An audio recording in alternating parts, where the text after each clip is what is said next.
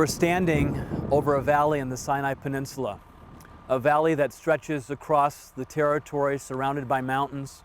The Sinai was undoubtedly the place where the Israelites wandered in the wilderness for 40 years after they left Egypt. Moses leading them from place to place, the pillar of fire by night and the cloud by day as God led them through this forsaken territory. As we look over the landscape here, we can imagine why the Israelites complained so much. We only have desert and mountains. There's hardly any trees anywhere to be found, and yet they survived miraculously as they moved through this place. God provided them with water, God provided them with food through manna. God didn't allow their sandals to wear out or their clothes to deteriorate. The Israelites were able to move from place to place under the direction of God. And as they moved through the Sinai, they were heading for one place, from Egypt to the Promised Land. As we move through these places today, we can have a better appreciation for what the Israelites experienced 3,400 years ago.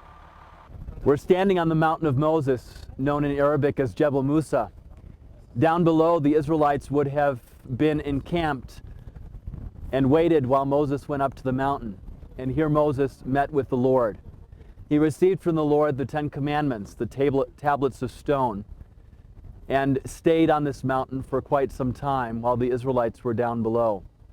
In this particular place, the Bible tells us the Lord passed before him while Moses hid in the cleft of the rock. And as we look at the mountains around us, we can imagine what that experience might have been like.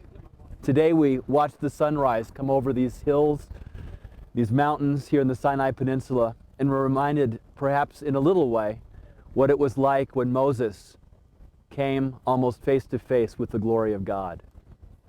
When Moses left Egypt, he was surrounded by the temples, by the sophistication of a religion that was focused on hundreds of different gods named after various animals and different parts of nature.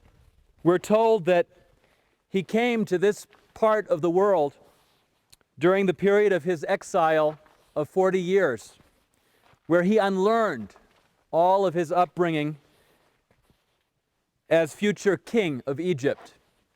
He came here as a sheep herder, and surrounded by these majestic mountains, he discovered a true relationship with the Lord God of heaven. He found forgiveness for the murder that he had inflicted in Egypt against the Egyptian that was beating one of the Hebrew slaves. But more important than that, he learned to have that relationship with God, that one day, as he walked up this mountain leading the children of Israel, he would face to face the God of heaven, the one that made all of these things, the King of Kings.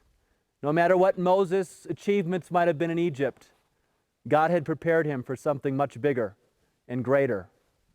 And that is what he's remembered for today.